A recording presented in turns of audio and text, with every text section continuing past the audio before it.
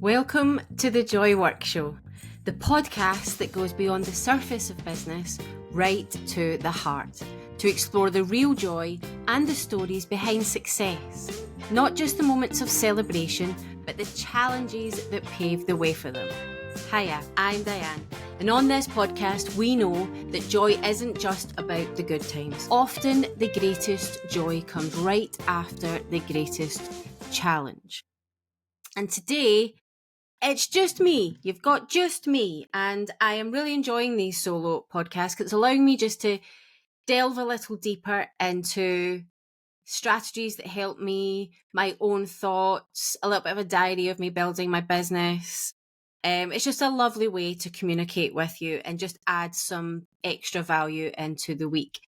So today, I want to talk about one of the most transformative elements of success and one of the topics that comes up again and again for me with clients in any conversation I have with any other business owners. And when people say to me that they believe I hold certain qualities myself, it always comes back to this, and that is courage. So while confidence often gets the spotlight, it's courage that builds the foundation for growth, the foundation for resilience, and the ability to make those bold decisions that move us closer to our goals. Confidence comes after courage. It's earned by stepping into fear, trying and proving to ourselves that we can do hard things. So in this episode, I want to talk a little bit about the difference between courage and confidence and why courage is the muscle that you need to flex when confidence feels out of reach, when everything tells you that you can't, and when everything tells you what you should be doing when ultimately you know what you could be doing.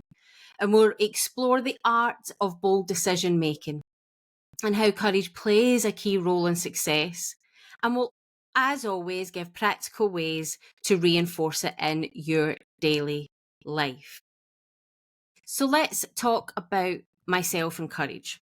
Now, I didn't particularly think I was either a confident or a courageous person, but it was brought to my attention that I had an ability to leap. I had an ability to do hard things. I had an ability to make bold decisions. And ultimately, it does come down to courage. People would say to me, "Oh, you're so confident. You've started a podcast. Oh, you're so confident. Oh, you're recording you're doing video episodes of your podcast as well as the audio. Why did you decide to do that? That's a really confident thing to do." And ultimately, I'm not a confident person. I am naturally very introverted, extrovert, I suppose, but I don't enjoy extroverted pursuits particularly. And I just have never felt that confident, but I have a little bit that I just do.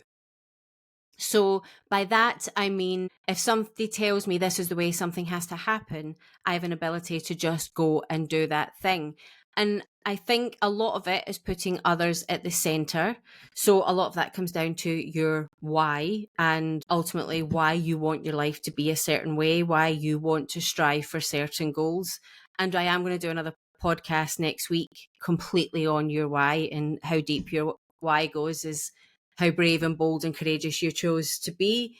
And I can't really explain why from a very young age I had the courage to show up. But I suppose I've always just worked on a belief in myself. And if I wanted something to happen, I was the person that was going to make it happen. So it wasn't a confidence. It wasn't a thing of that I knew it could, but perhaps I never had such a fear of failure. Even though I'm terrified when I do things, I'm still completely nervous when I'm doing these podcast episodes. But I work on my courage muscle. I work on showing up where it matters. I decide what I want within my life and I choose how I'm going to go and get it. I might not always choose the quickest path or the easiest path because I'll choose what suits me at that time. And sometimes that is staying in the comfort zone, but I still have the ability to make the bold and courageous choices. And I truly, truly believe in those bold and courageous choices. I also think it's a bit of a personality trait that I'm quite impulsive and I need to just take the action. I need to just make the decision. And I'll talk a little bit more about that, about how I change my mindset quickly. And ultimately, that's what it comes down to. And when I was trying to think of a particular moment to go back to and say, here's where I made a bold, courageous choice and here how it transformed my life. When actually what I want to say is I make small, bold, courageous choices every single day in my business.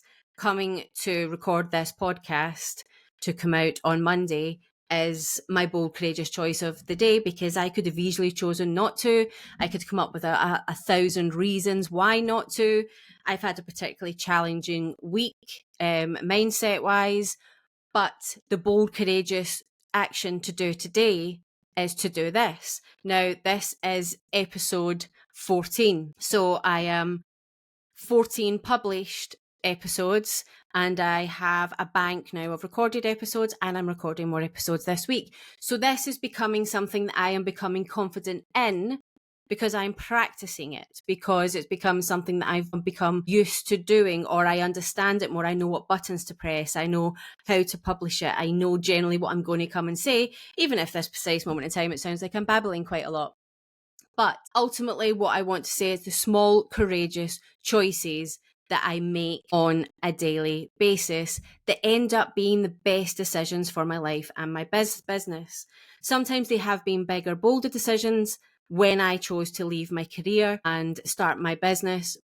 But I knew it was time to leap when it felt scarier to stay and do the thing than it did to leap and try something that I believed ultimately was going to be better for me and my family.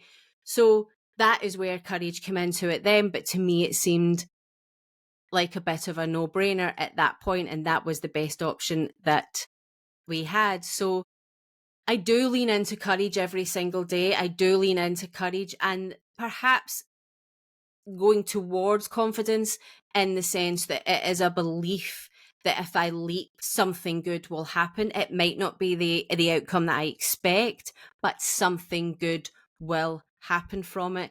And every time I've made the big, bold moves that felt incredibly scary, that felt like a rock in the pit of my stomach, that had me having the fizzies, as I say, that gives me that tingling feeling all over, and perhaps feeling a little bit sick and unsure of how something was going to go, that is when I've had the biggest transformations. That is when I've had the biggest successes in my life. But it is from learned experience, but it's certainly not from confidence. So when I have done these things, when I've leaned into courage, trusting that the action would bring clarity, movement, momentum, success within my business, they ultimately did. And the decision changed my path every single time, opened up new opportunities every single time, and reminded me that courage can change the game. And it is that learned is where we start to go towards confidence. So it's important to understand that courage and confidence aren't the same thing. Confidence is the result. It's what we feel after we've done something enough times to know that we can handle it. As I explained before, I am probably edging towards confidence with the podcast now, knowing that when I come into my home office and get myself set up and set up the mic and get ready and jot down what I'm going to talk about and what I'm going to get done in that recording, or if I'm recording with a guest, I now have the confidence that I have the ability to at least get through the recording. I now know once I've done the recording, I have the ability to edit to my skills at this precise moment in time and schedule and publish the podcast episode. So I'm beginning to get confident in those things. If somebody was to ask me how I publish a podcast, I would relatively confidently be able to tell them how. But courage is what we rely on when we're standing at the edge of uncertainty. Courage is what we rely on when we have an idea and we want to get it out into the world. Courage is what we rely on when it's something that we have never done before, or perhaps don't have a much knowledge of, unsure if we'll succeed, but we are willing to try anyway. Think of courage as the spark and confidence as the fire that grows from it. You don't need confidence to start something. You can't wait until you're confident, because that confidence will never come. If I'd waited till I was confident to start the podcast, I would still be waiting. I'm 14 published episodes in, probably recorded 20, 25 in the region of that so far. And I'm still wouldn't say that I'm confident every time I come to this microphone. But you just need the courage to take the first step.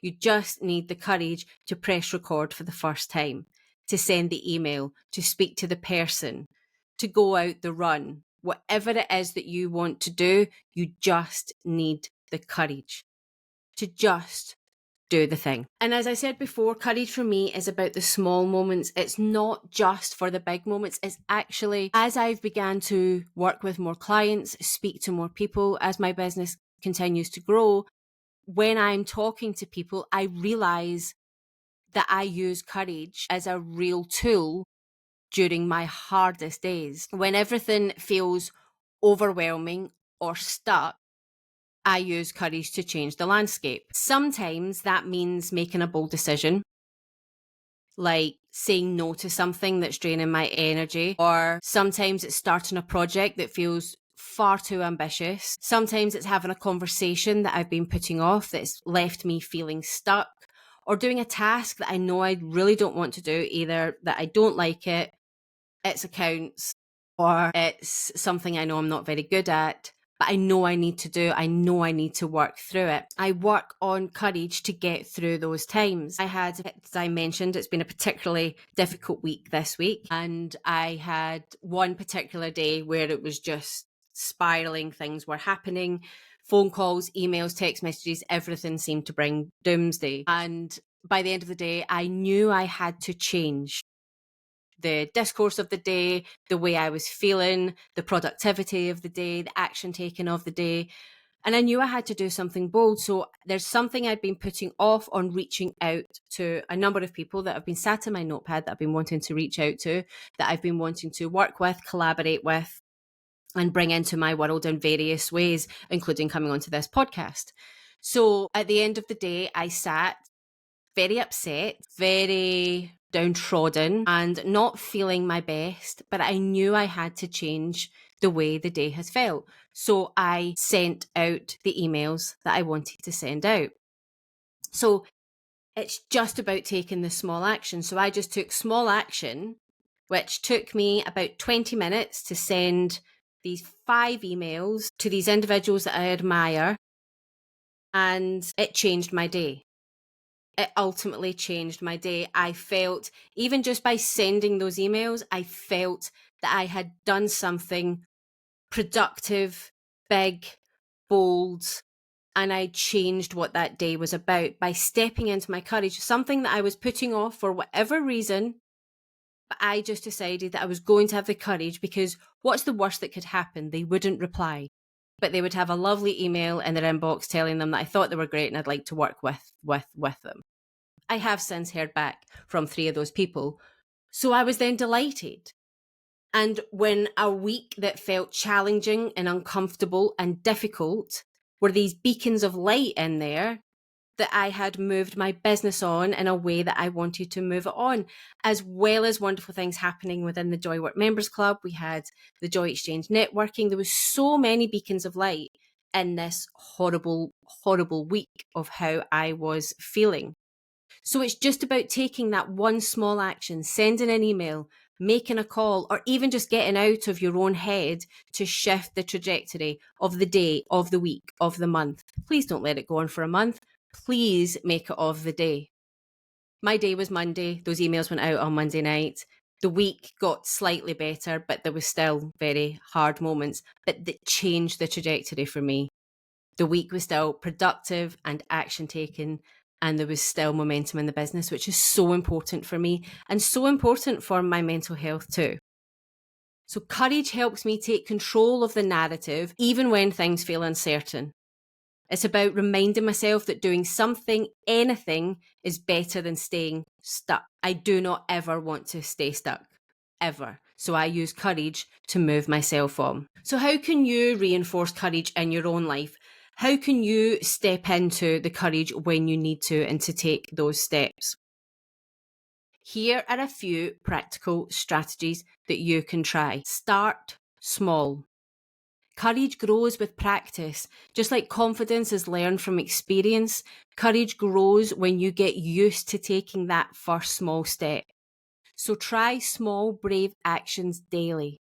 Whether that's speaking up in a meeting, reaching out to someone new, saying no to something that you really don't want to do, or trying something outside your comfort zone. Reframe fear.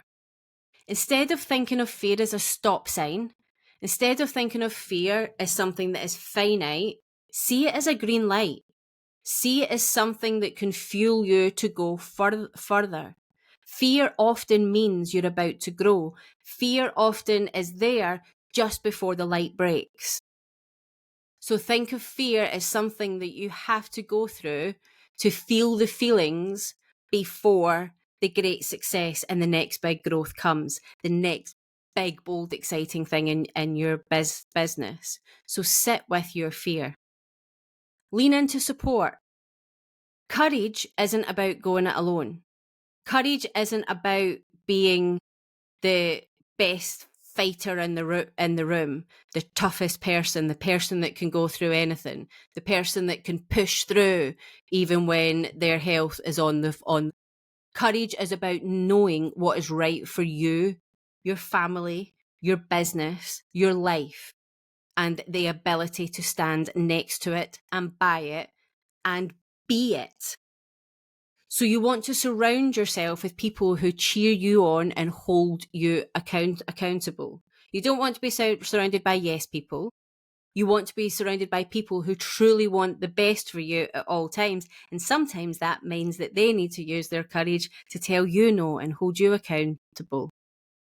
But you want to surround yourself with those cheerleaders and not the people that question why you are so bold and brilliant.